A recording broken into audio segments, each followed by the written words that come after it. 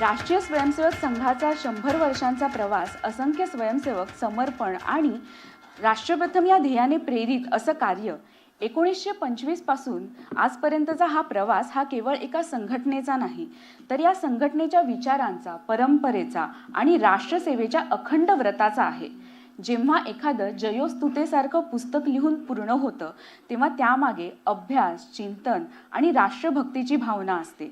मी जयोस्तुते या पुस्तकाचे लेखक श्री अवधूत वाघ यांना विनंती करते की त्यांनी मनोगत व्यक्त करावं. माझ्या जयोस्तुते या पुस्तकाच्या प्रकाशनाला उपस्थित असलेले आपण सर्व मान्यवर, हितचिंतक, संघावर आणि माझ्यावर प्रेम करणाऱ्या बंधूंनो, भगिनींनो, पत्रकार मित्रांनो, आज इथे उपस्थित असलेले ज्यांची ओळख केवळ मुंबईत नाही, महाराष्ट्रात नाही, या देशात नाही, तर परदेशात सुद्धा रोज ज्यांना लोक पाहतात, अशी प्रतिपक्षाची तोफ, प्रतिपक्षाचा बुलंद आवाज गुरुवर्य भाऊ तोरसेकरजी,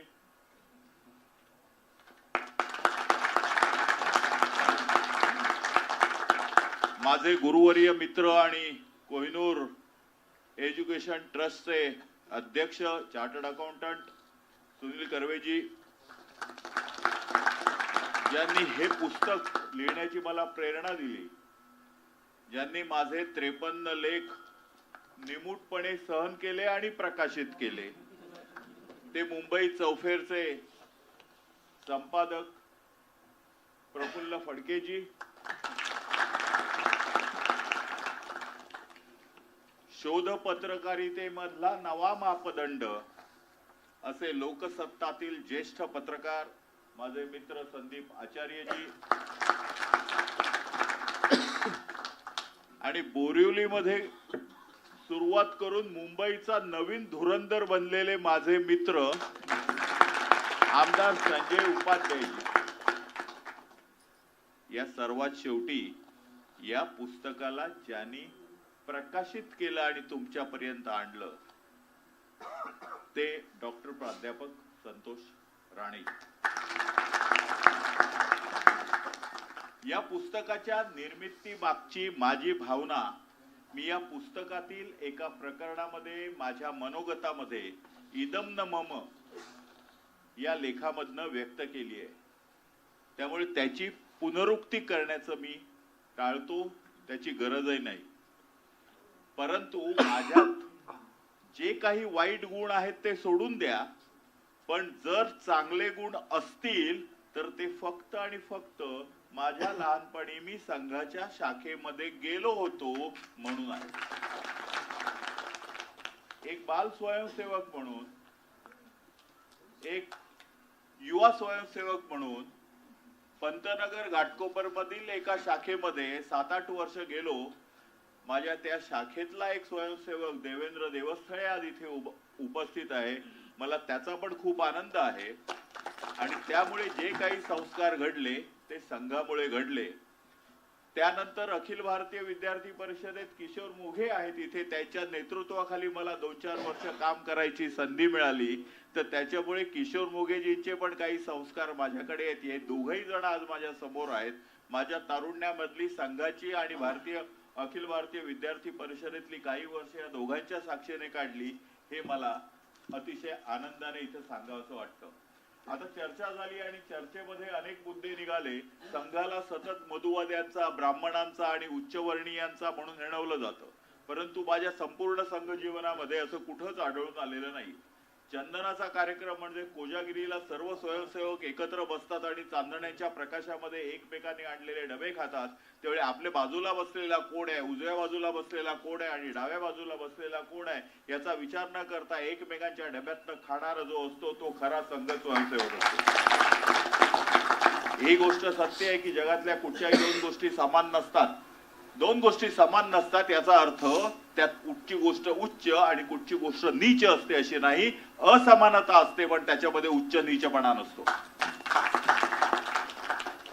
पेट्रोल आणि पाणी समान नाही, पण म्हणून पेट्रोल महाग आहे म्हणून पाण्याहून उच्च कसं समजायचं? तहान लागली, पेट्रोल पिता येत नाही, पाणीच प्यावं लागतं. तर त्याच्यामुळे दोन असमान गोष्टी असल्या तरी त्याच्यामध्ये उच्च नीचता नसते. सुती कपडे हे लोकरीच्या कपड्याहून स्वस्त मिळतात, म्हणून लोकरीचे कपडे उच्च कसे? हिवाळ्यामध्ये जर लोकरीचे कपडे वापरावे लागले तर उन्हाळ्यामध्ये आम्हाला सुती कपडेच वापरावे लागतात. त्यामुळे उच्च नीचता जशी वस्तूत नसते तशीच ती मानवामध्ये नसली पाहिजे, आणि हीच संघाची खरी शिकवण आहे.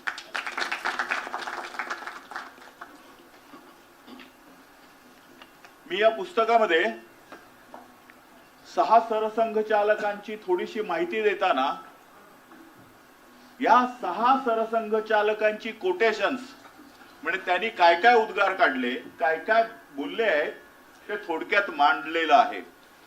आणि हे सगळं वाचत असताना, त्याच्यावर चिंतन करत असताना आणि अभ्यास करत असताना माझ्या असं लक्षात आलं की डॉक्टरांपासून मोहनरावजींपर्यंत सर्वच्या सर्व 6 सरसंघचालकांनी एकच विचार केलेला आहे. त्यांनी सातत्याने अस्पृश्यतेचा धिक्कार, वर्णव्यवस्थेवर प्रहार आणि समरसतेवर जोर दिलाय.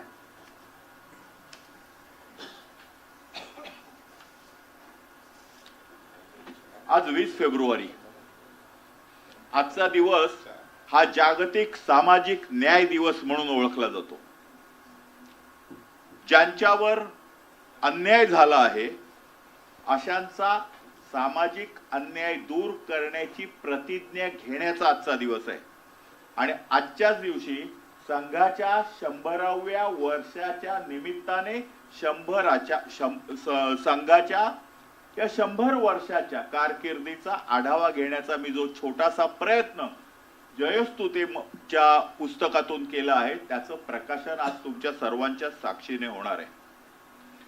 हिंदू संघटन करताना समरसतेचा भाव या समाजामध्ये जागरूक झाला पाहिजे असा विचार करणाऱ्या एका संघटनेचा आज 100वा वाढदिवस आहे.